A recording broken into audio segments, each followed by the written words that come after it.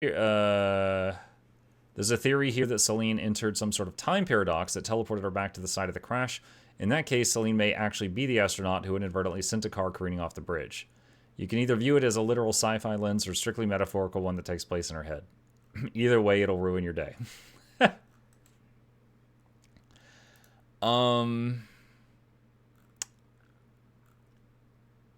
Huh. Alright, one more thing. 9-minute video explaining the story. Let's see what this guy says. Returnal has one of the deepest, yet most confusing stories of any game to date. I stated in my review for the game that the story wasn't exactly its strong point, but after a few more hours of playing, finding new tidbits of lore, and even doing some research outside of the game, I pieced together the entire story of Returnal, along with what everything means. Needless to say, once I understood what was happening, it really made me appreciate the game more, and I'm hoping that once you hear what I have to say, you will also have a better understanding and appreciation for it as well.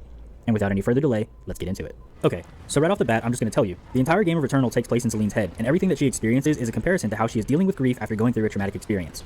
The first ending you get in Returnal, after you defeated the final boss Ophion, is pretty cryptic.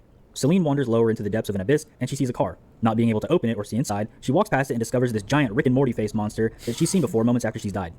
She asks it if it's the being who brought her here, then the screen goes to black, and we're met with a new scene that shows what appears to be Celine driving with her child, Helios, down a dark road late at night.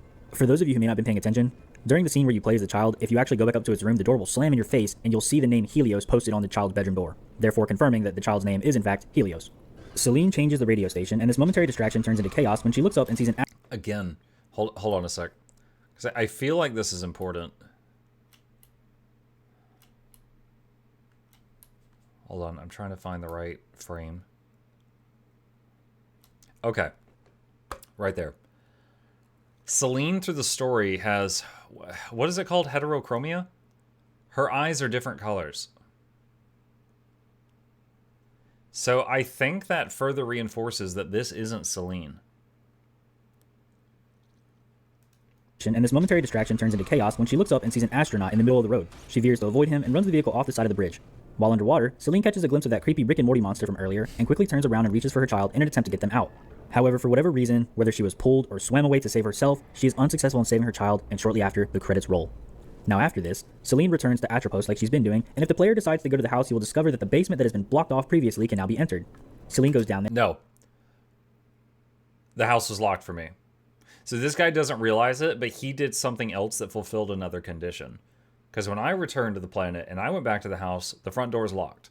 So there was something else he did, and he doesn't even realize it, that made him able to enter the house again. There and discovers a wheelchair, which I'll explain a little bit further along, mutters some dialogue, and like before, she wakes up outside of the house. Only this time, she comes to the conclusion that she wants to burn the memory of the place down. The player is then tasked with collecting 6 sun-faced stone fragments, 1 in each biome, and upon completion of this task, she places all the pieces together to create a car key. Celine is then forced to go back into the underwater abyss to fight Ophion again, and upon her success, she makes her way back to that car that was there previously. Only this time, she's able to open the door. At this point, the ending changes, and Celine is met by this creepy woman-like creature in a wheelchair, much like the one we saw in the house earlier. The creature speaks, and its name turns out to be Thea, which for those who took the time to read will know that Thea was Celine's mother, who she seemed to have a pretty rocky relationship with. The scene changes yet again, and the revelation is made that Celine herself was the one in the astronaut costume who caused the car crash that inadvertently caused the death of her child. The final clip goes back into the perspective of the Celine who was driving, and we see her make her way up to the surface of the water before the screen turns to black and we hear her gasp for air and say the name Helios. Man.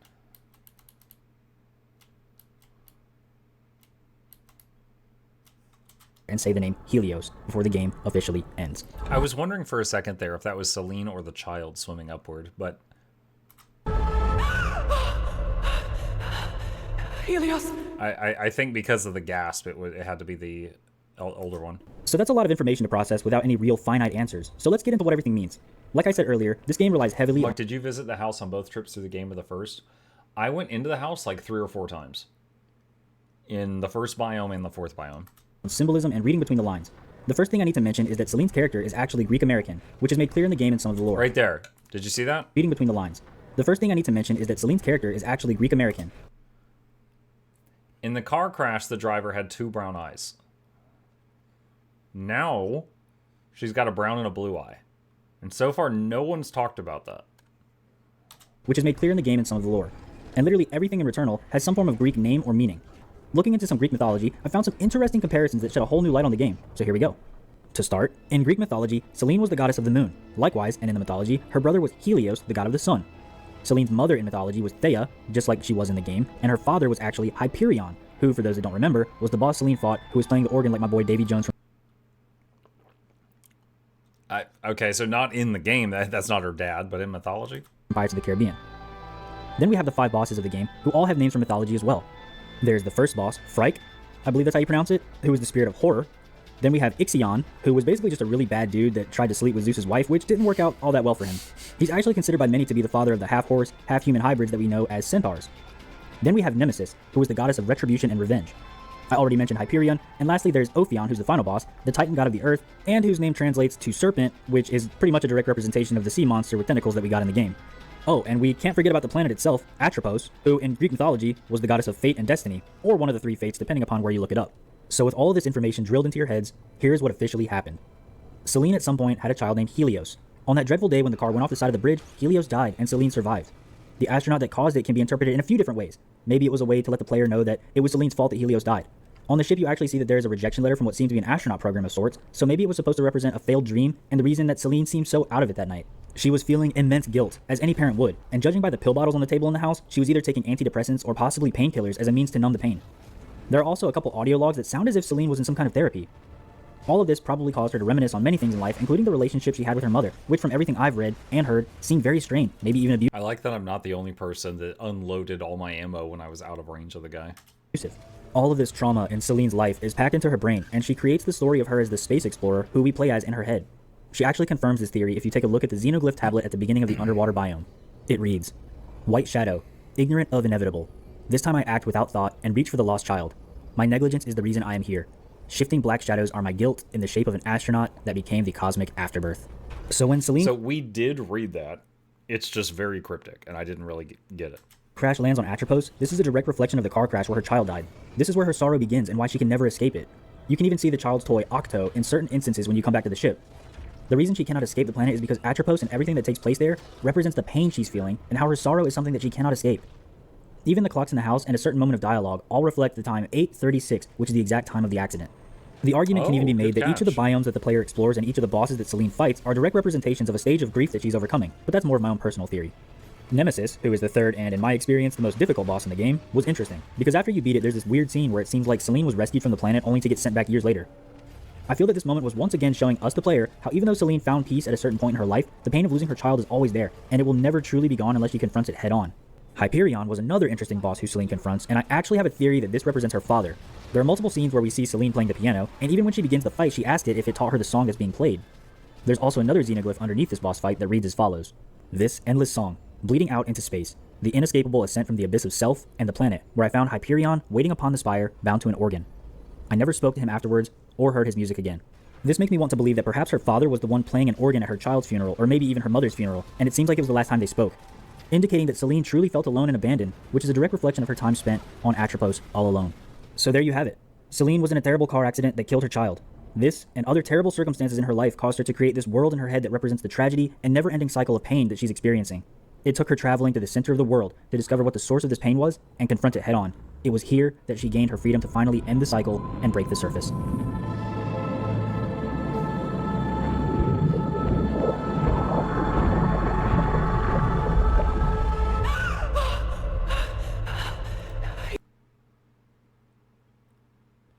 Also, the ship is named Helios. Yep, I caught on to that. Every time you start a life, you have to leave the ship, seeing the text, "Warning, Helios abandoned." I always found it strange how emotional it sounded. Now it makes sense, and she must abandon Helios in the car in order to survive and go through processing her pain. The first time I played, I thought it was weird that the spaceship had pedals like cars. Those little details make this game awesome. No real-world aircraft have pedals. One of the first things she says in the game is, "I survived, but Helios did not."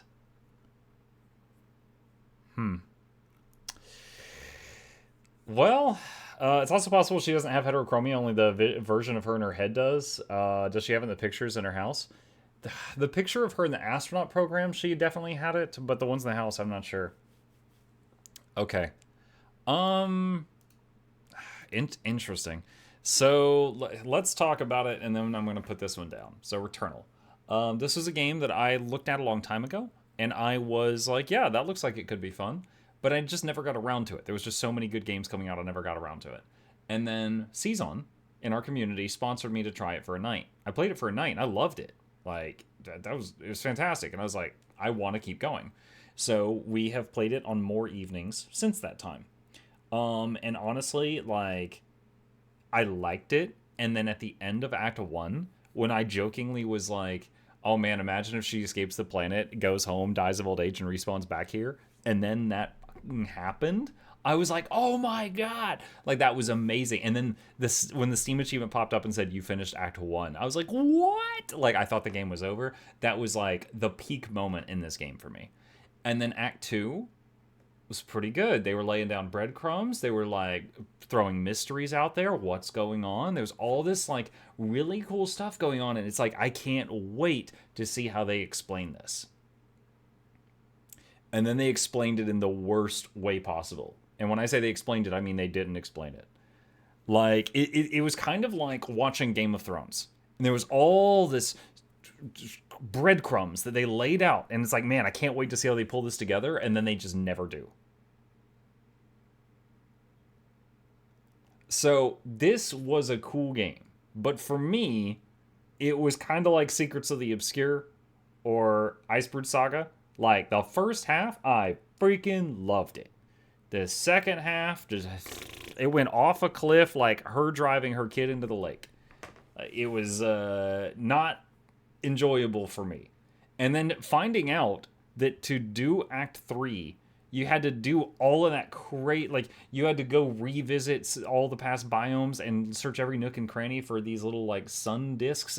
Like, at that point, it stopped being something that the player could naturally figure out, in my opinion. I'm sure some people did. But in my opinion, like, at the end of Act 2 was when the game stopped being something the player could conceivably figure out as they go. I had fun. I don't regret playing it. I'm just frustrated it didn't come to a more satisfying conclusion at the end. Shout out to Season, who sponsored us to try this. I did enjoy the ride. Hopefully some of you enjoyed some of it as well. It did have some very, very awesome moments. All right.